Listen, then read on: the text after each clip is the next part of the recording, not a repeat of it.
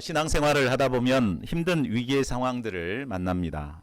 여러 고비가 있지만 제 경우는 방금 주제와 같이 사랑하고 기대하고 이렇게 했던 사람들에게 오해를 받고 비난을 받을 때가 큰 위기였습니다. 사랑하는 사람들이 나의 순수한 마음을 몰라주고 나를 정죄하고 비판했을 때 그 말은 저의 마음에 깊은 상처가 되어 실족의 위기를 맞이했습니다. 저희 신앙생활을 돌아보면 이런 일들이 수차례 있었습니다. 그러나 이제 돌아서 볼 때 그것은 오히려 나를 연단하고 훈련하는 과정이었음을 깨닫게 됩니다. 이처럼 하나님께서는 우리가 이해하기 힘든 어려운 상황을 만나게 하심으로 우리를 훈련하십니다. 자, 오늘 말씀은 하나님께서 무지한 애굽왕 바로에게 고난받는 이스라엘 백성들의 부르짖음을 들으시고 그들을 구원할 모세를 준비시키는 내용입니다. 하나님께서는 태어나자마자 나일강에 던져질 절망적인 상황에서 태어난 모세를 건져내시고 그리고 이스라엘을 인도할 지도자로 훈련하십니다. 그러면 구체적으로 어떻게 키워가십니까? 본문 말씀을 통해 이를 배우고 우리를 이 시대의 영적 지도자들로 훈련하시는 하나님을 깊이 영접할 수 있기를 기도합니다. 파트 1 모세를 건지신 하나님 1절에서 10절입니다. 지난 1장 말씀을 통해 우리는 요셉을 모르는 애굽 왕이 번성하는 이스라엘을 두려워해서 인구를 줄이기 위해 극심한 고난을 주었음을 배웠습니다. 고된 노역을 시켰고 그것으로 안 되니까 히브리 산파들을 동원해 남자아이를 죽이라고 명했습니다. 그것으로도 안 되니까 이제는 아들을 낳으면 나일강에 버리라는 명령을 내렸습니다. 히브리 젊은 청년들은 결혼을 해도 이제 남자아이는 낳을 수가 없기 때문에 죽여야 했기 때문에 대를 이어갈 수 없는 이런 절망적인 상황에 놓이게 되었습니다. 자, 1, 2절을 보십시오. 레위 족속 중 한 사람이 레위 여자에게 장가들었습니다. 6장 20절을 보면 이들의 이름은 아므람과 요게벳이었습니다. 본문에는 기록되어 있지 않지만 그들은 이미 딸 미리암과 아들 아론을 낳아 기르고 있었습니다. 그런데 또 임신을 하게 되었고 임신했을 때 아들을 낳으면 나일강에 버리라 하는 애굽 왕의 명령이 선포되었습니다. 아마 아이를 가졌을 때 제발 이 아이는 딸이었기를 아마 기대했을 것입니다. 그러나 낳고 보니 떡두꺼비 같은 아들이었습니다. 자, 이처럼 모세는 태어나자마자 강물에 던져져 물고기 밥이 될 수밖에 없는 운명에 처해 있었습니다. 그런데 모세의 부모들은 아기가 잘생긴 것을 보고 차마 강에 던질 수가 없었습니다. 부모라면 누구나 자기 자식을 예뻐합니다. 고슴도치도 자기 자식은 예쁜 것입니다. 그런데 모세의 부모들이 느끼는 이 감정은 보통의 부모들이 느끼는 감정과는 달랐습니다. 그 히브리 원어에 보면 여기서 잘생긴 것을 보고라는 단어가 톱으로 쓰여 있습니다.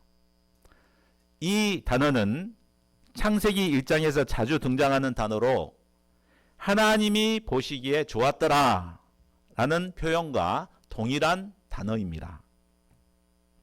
자, 그러므로 이 말은 모세의 부모가 아이를 보았을 때 그에게서 하나님께서 계획하시는 선하신 뜻이 있음을 발견했다는 말입니다. 이 때문에 그들은 목숨을 걸고 믿음으로 석 달 동안을 숨겨서 키울 수 있었습니다. 자, 그러나 3절을 보십시오. 석 달이 지나자 아이의 목소리가 점점 커져서 더 이상 숨길 수가 없게 되었습니다. 아기를 계속 숨기고 있다간 아기만 아니라 가족들 모두 죽임을 당할 위기에 처하게 되었습니다. 이에 그들은 아기를 나일강에 버리기 위해 갈대 상자를 준비합니다. 그리고 그 안팎을 역청과 나무진으로 칠해서 물이 들어오지 못하게 했습니다. 그리고 그 안에 아기를 담아 나일강 갈대 사이에 띄었습니다. 이들은 이제 아이의 생명을 온전히 하나님께 맡겼습니다. 자, 우리는 보통 하나님께 맡긴다고 생각하면 하나님께 맡겼으니까 이제 나는 아무 일도 안 해도 된다고 생각하기 쉽습니다. 그러나 이들은 어떻게 했습니까? 아기의 생명을 하나님께 맡겼지만 자신들이 해야 할 일은 찾아서 꼼꼼하게 최선을 다했습니다. 물에 떠 있을 수 있는 갈대 상자를 구해다가 역청과 나무진으로 꼼꼼하게 물이 들어오지 않도록 칠했습니다.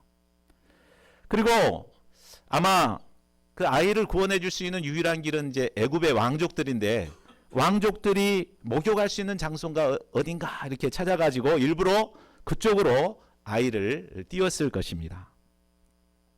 그리고 하나님이 어떻게 역사하시는지 보기 위해 누이 미리암을 보내서 멀리서 지켜보게 했습니다. 자, 우리는 하나님께 맡긴다고 하면서 이제 하나님 다 알아서 해주시겠지 하고 손 놓고 지내기 쉽습니다. 그러나 모세의 가족들처럼 하나님께 맡기더라도 자신들이 해야 할 일은 철저히 준비해야 합니다. 하늘은 스스로 돕는 자를 돕는다라는 말이 있습니다.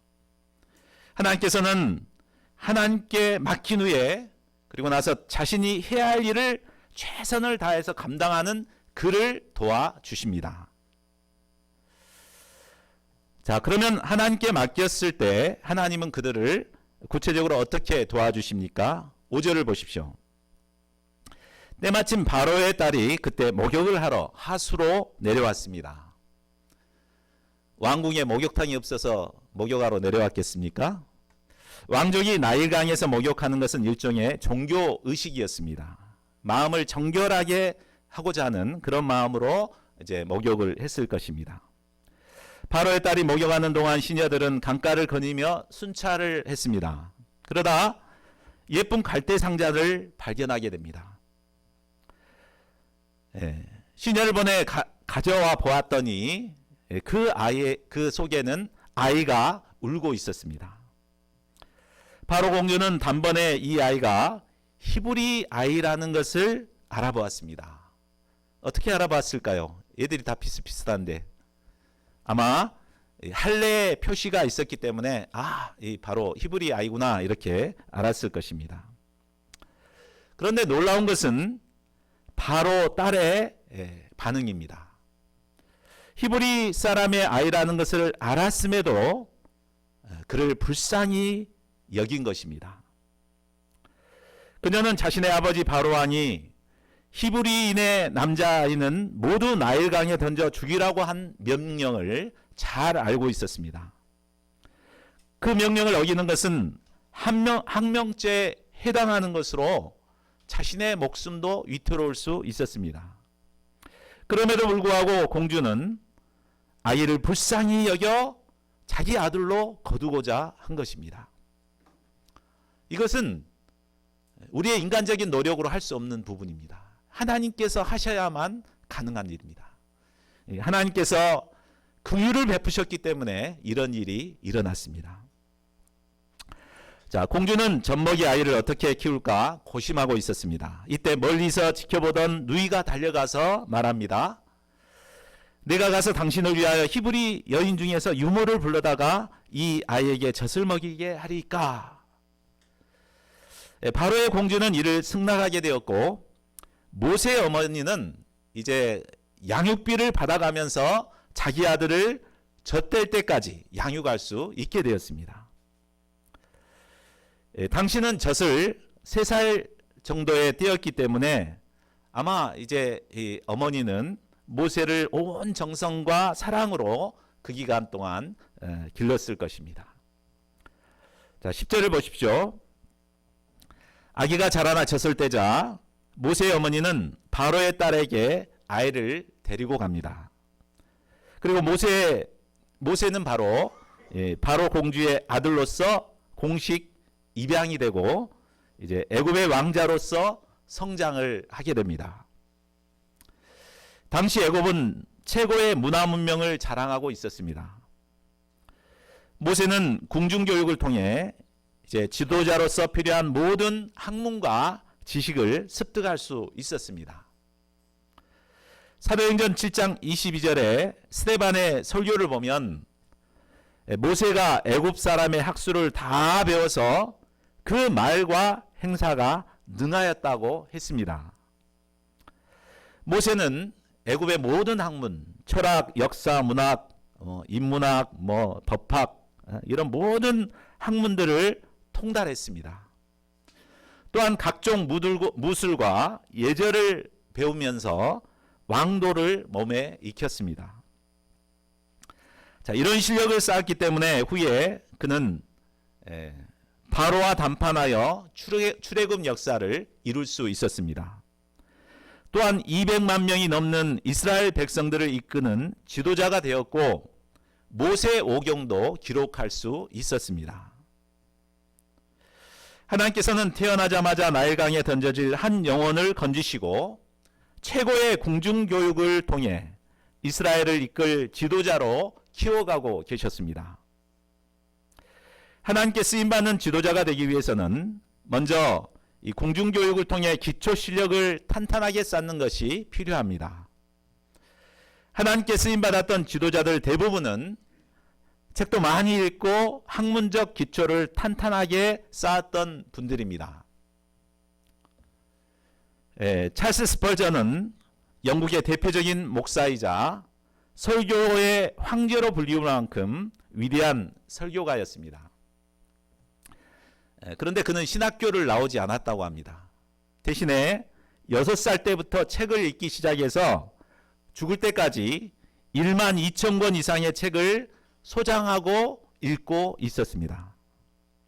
그가 설교 한 편을 준비할 때는 200에서 250권의 책을 참고해서 준비할 정도로 아주 꼼꼼하게 준비했습니다. 이런 스펀전의 설교 속에 성령께서 능력으로 역사하셨습니다. 그래서 그의 설교를 듣는 많은 사람이 그리스도를 영접하고 회심하는 역사가 일어났습니다. 그러므로 하나님께 쓰임받기 위해서는 우리가 기초 지식을 잘 쌓는 게 중요합니다. 우리가 전공 공부도 다 열심히 하고 전공 공부만 열심히 할 것이 아니라 책도 많이 읽고 그렇게 해야 되겠습니다. 이를 통해서 기초를 잘 쌓아서 하나님께 귀히 쓰임받는 지도자들로 성장할 수 있기를 기도합니다. 파트 2, 모세를 지도자로 인정하지 않는 히브리인 11절에서 15절입니다. 자, 10절에서 11절까지는 약 35년이라는 시간차가 있습니다.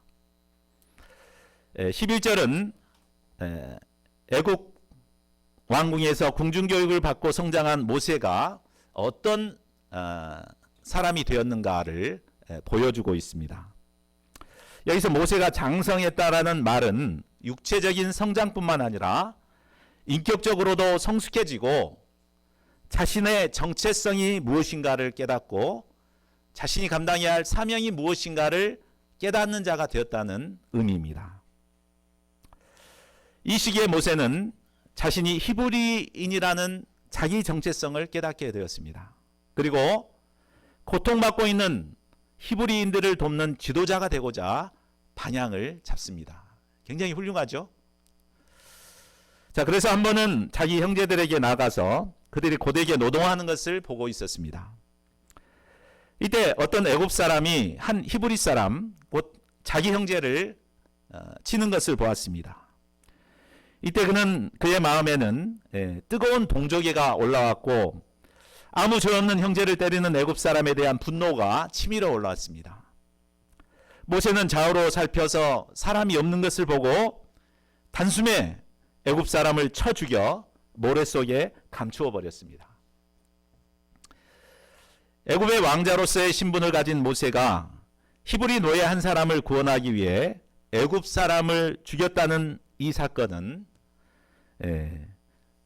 성장한 모세가 어떤 삶을 살고자 했는가를 정확하게 보여주는 사건입니다. 그는 애굽 왕자로서의 편안한 삶을 부인했습니다. 그래서 너의 백성들 어떻게 사는가 그것이 궁금해서 찾아왔고 불의를 행하는 이 애굽 사람을 도저히 참을 수 없어서 그를 죽인 것입니다. 히브리 저자는 이때 그의 모습을 이렇게 말하고 있습니다. 우리 한번 같이 읽어볼까요? 히브리서 11장 24, 25절 시작. 믿음으로 모세는 장성하여 바로의 공주의 아들이라 칭함을 거절하고 도리어 하나님의 백성과 함께 고난받기를 잠시 죄악의 낙을 누리는 것보다 더 좋아하고, 그는 현재 바로 공주의 아들로서 세상의 명예와 부와 권세를 보장받는 삶을 살고 있었습니다. 애굽 왕자로서 그에게 주어진 특권은 참으로 엄청났습니다. 잘만 하면 애굽을 다스리는 최고의 통치자도 될 수 있었습니다. 반면 그가 이스라엘 편에 서게 되면 모든 것을 잃게 됩니다. 뿐만 아니라 수치와 멸시와 고난의 길을 가야 했습니다. 그럼에도 불구하고 모세는 믿음으로 바로 공주의 아들이라 칭함을 거절했습니다. 그리고 애굽의 종 히브리인의 지도자로 살고자 결단했습니다. 그렇지만 히브리인들은 모세를 지도자로 인정하지 않았습니다. 13절을 보십시오. 이튿날이었습니다. 이제는 두 히브리 사람들이 서로 싸우고 있었습니다. 모세가 싸우는 내용을 자세히 들어보니까 한 사람이 분명히 잘못했습니다. 그래서 모세는 잘못한 사람을 책망하면서 내가 어찌하여 동포를 치느냐 하고 나무랐습니다. 모세는 이렇게 하면 히브리 사람이 그러세요, 제가 잘못했네요 이렇게 할 줄 알았을 것입니다. 그러나 그의 반응이 어떠합니까? 누가 너를 우리 다스리는 자와 재판장으로 삼았냐? 네가 애굽 사람을 죽인 것처럼 나도 죽이려느냐? 막 이렇게 따지고 달라들었습니다. 그는 모세의 권위를 정면으로 도전했습니다. 또한 이 일로 자신이 애굽 사람을 죽였다는 것이 모든 사람에게 알려지게 되었습니다. 이 일이 탄로나자 모세는 두려워서 몸을 숨깁니다. 또 이 일을 알게 된 바로 왕은 이제 모세를 죽이고자 그를 찾았습니다. 모세는 하루아침에 왕자의 자리에서 이제 도망자의 신세가 되어버렸습니다. 이때 모세의 마음이 어떠했을까요? 왕자로서의 특권을 상실하고 도망자의 신세가 된 것도 서러웠습니다. 그러나 무엇보다 참 동족들에게 배신당하는 그 아픔과 슬픔이 더 컸을 것입니다. 자신은 왕자로서의 신분과 권위도 내려놓고 고난받는 그들을 돕고자 했습니다. 그러나 그들은 은혜를 원수로 갚는 변망덕한 자들이 되었습니다. 자, 이 40대의 모세의 모습을 보면 지도자로서 손색이 없는 것 같습니다. 그는 지도자로서 필요한 모든 것을 갖추었습니다. 애굽의 왕자로서의 권력을 가지고 있었고 지도자에 필요한 힘과 능력과 지혜를 모두 갖추었습니다. 자기를 희생하여 연약한 자를 돕는 희생 전심까지도 갖추고 있었습니다. 그러나 하나님이 보실 때 아직 그에게는 부족한 것이 있었습니다. 그것이 무엇입니까? 하나님께서는 이제 그에게 필요한 훈련을 시키고자 하십니다. 그의 문제는 바로 자신의 혈기와 감정을 앞세우고 하나님의 뜻을 의지하지 못한다는 것입니다. 앞에서의 사건들을 통해서 볼 때 모세는 문제를 해결할 때 하나님의 뜻을 묻거나 구하지 않았습니다. 즉흥적으로 막 행동했습니다. 오로지 자기 생각을 앞세워 혈기와 감정으로 모든 문제를 해결해 나가고자 했습니다. 자, 만일 이런 자를 지도자로 세워놓으면 어떤 문제가 생기겠습니까? 막 자기 마음대로 이렇게 하다 보면 자칫 잘못하면 좀 상처를 주고 힘들게 할 수 있습니다. 또 자기의 생각대로 모든 것이 잘 되면 자기가 영광을 얻고자, 하나님께 영광 돌리기보다 자기 영광을 드러낼 것입니다. 그래서 하나님께서는 바로 이 점을 훈련하시기 위해서 그를 광야로 내모십니다. 자, 이 하나님께서는 우리를 하나님이 쓰실 만한 자로 빚으시기 위해서 훈련하시는 하나님이십니다. 때문에 사랑하는 사람들에게 오해를 받고 상처를 받게도 하실 때가 있습니다. 하루아침에 나락으로 떨어져 광야를 배회하게 하기도 하십니다.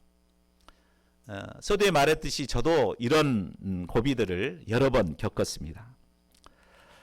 우리가 그러나 이 훈련을 잘 감당해야만 하나님께 쓰임받을 수 있습니다. 저희 모두가 하나님이 주시는 이 훈련을 잘 감당하여 하나님께 쓰임받는 자들이 될 수 있기를 바랍니다.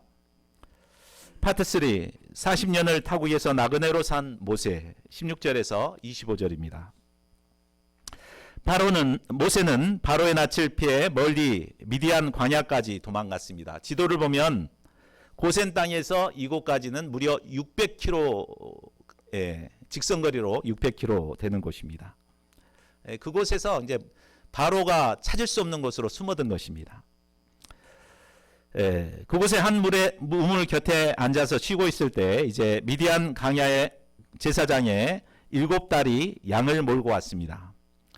그들은 물을 길어 아버지의 양떼에게 먹이고자 했는데 그곳 목자들이 자매들 업신여겨서 그곳에서 업신여겼습니다.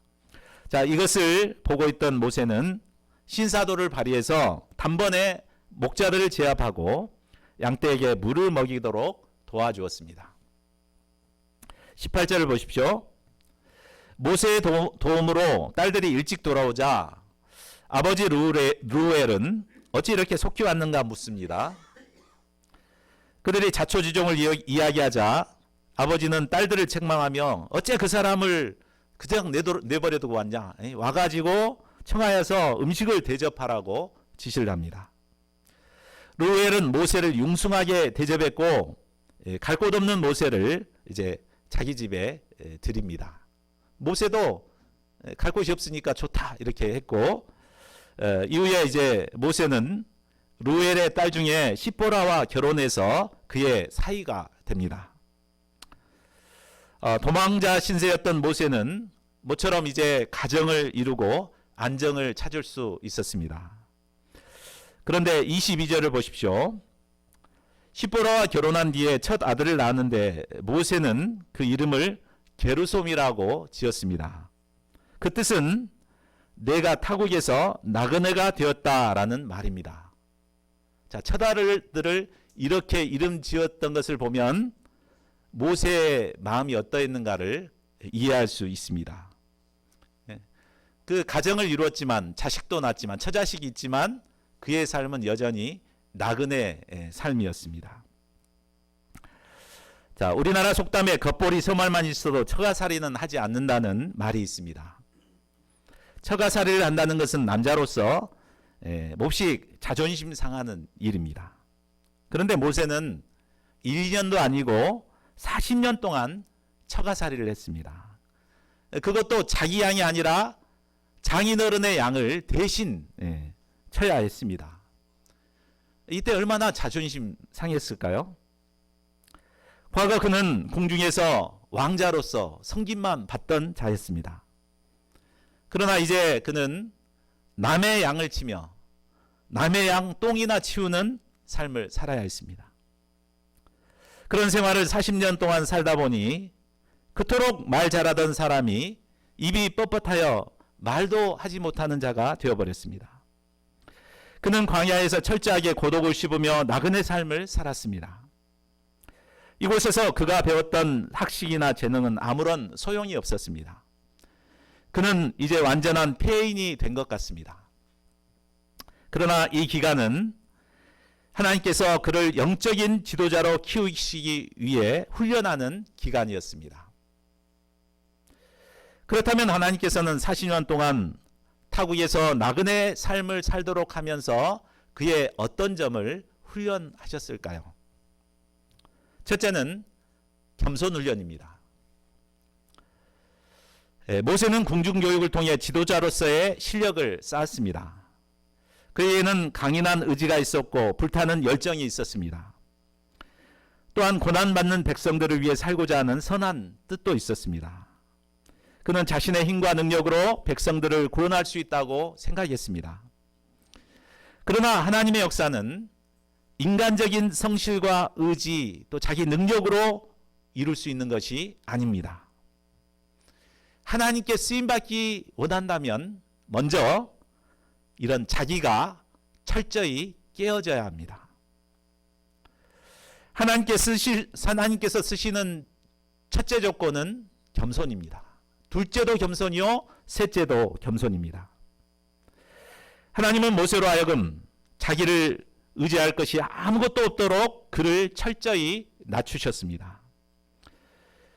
나군의 훈련을 통해 자기가 아무것도 아니라는 사실, 자신의 힘과 능력과 지혜로는 아무것도 할 수 없다고 자신의 무력감을 철저하게 느끼고 겸손하게 그를 훈련하셨습니다. 자, 둘째는 목자로서의 내면성 훈련입니다. 모세의 40년간 나그네 삶은 한마디로 목자의 삶이었습니다. 모세는 장인의 양들을 7딸들에게 인계받아 양을 치는 목자로 살게 되었습니다. 양은 여러 면에서 사람과 비슷합니다. 양들은 아주 고집이 셉니다. 또 겁도 많습니다. 또 우둔합니다. 이런 양을 칠 때 친다는 것은 쉬운 일이 아닙니다. 40년 동안 종들의 섬김만 받던 그가 문제 많은 양들을 품고 섬길 때 얼마나 속이 터지고 문드러졌겠습니까? 아마 처음에 그는 양들의 허물을 참을 수가 없어서 막대기로 많이 때렸을 것입니다.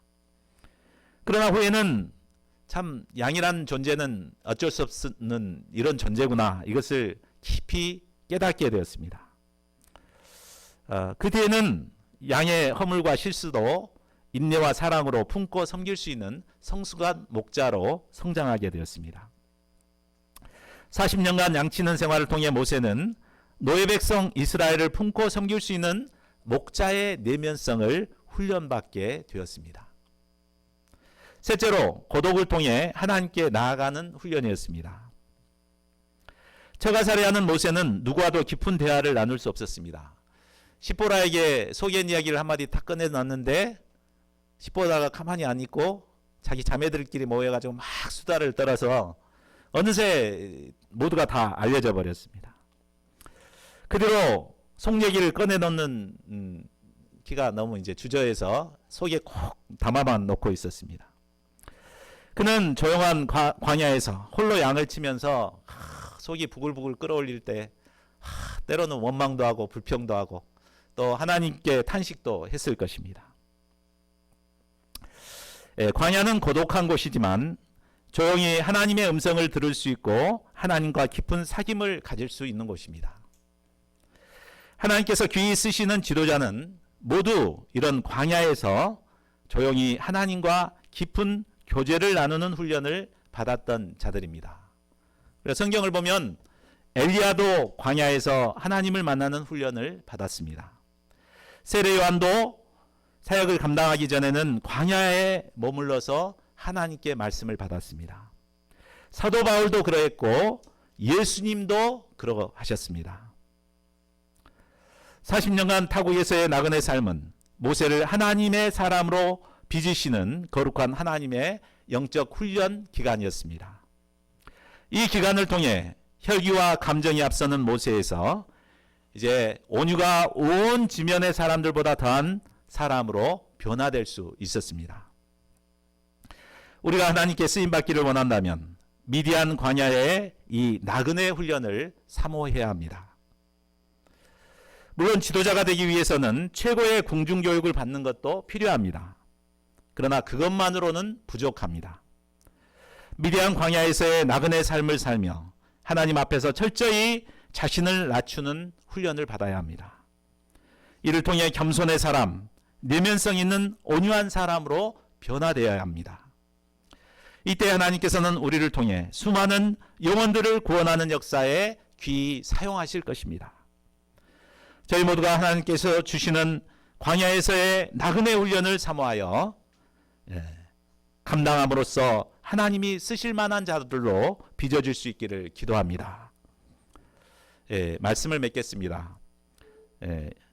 결론적으로 우리 23절에서 25절을 보십시오. 이 말씀은 2장 말씀의 결론이 되기도 하고 또 3장 말씀을 이어주는 고리의 역할을 하는 말씀입니다. 우리 같이 한 목소리로 읽어보겠습니다. 시작. 여러 해 후에 애굽 왕은 죽었고 이스라엘 자손은 고된 노동으로 말미암아 탄식하며 부르짖으니 그 고된 노동으로 말미암아 부르짖는 소리가 하나님께 상달된지라. 하나님이 그들의 고통 소리를 들으시고 하나님이 아브라함과 이삭과 야곱에게 세운 그의 언약을 기억하사 하나님이 이스라엘 자손을 돌보셨고 하나님이 그들을 기억하셨더라. 하나님께서는 구원의 역사를 이루기 위해 먼저 이스라엘 백성들에게 고난을 주셨습니다. 이스라엘 백성들은 고된 노동으로 말미암아 탄식하며 부르짖어 하나님께 기도했습니다.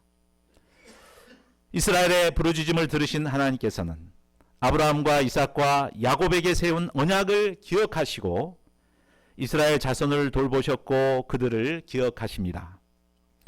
이를 위해 하나님께서는 구체적으로 모세 한 사람을 준비시키셨습니다. 나일강에 던져 죽어야 할 그 운명에서 그를 건져내셨습니다. 그를 40년 공중교육을 통해 지도자로서의 기초 훈련을 하셨습니다. 장성한 뒤에는 40년간 미디안 광야로 내몰아 타국에서 나그네 삶을 살게 하셨습니다. 이를 통해 하나님의 백성들을 구원할 지도자로 그를 훈련하셨습니다. 1장 말씀을 볼 때 하나님께서 주어로 등장하지 않습니다. 아무것도 하지 않은 것 같습니다. 그러나 하나님께서는 침묵 속에서 쉬지 않고 일하셨습니다. 하나님께서는 고통 가운데 간구하는 우리 모두의 기도를 들으십니다. 믿음의 조상들을 통해 약속하신 언약을 기억하시고 구원의 역사를 이루고자 하십니다. 이를 위해 모세와 같은 영적인 지도자들을 키우고 계십니다. 이 하나님께서는 사탄의 노예로 살아가는 자들을 구원하시기 위해 이 시간 우리 한 사람 한 사람을 모세와 같은 영적인 지도자로 키우고 계십니다. 우리를 내면성 있는 지도자로 키우시기 위해 때로 사랑하는 자들에게 배신당하는 아픔도 겪게 하십니다. 때로는 타국의 광야로 내몰려 나그네 취급을 받게도 하십니다.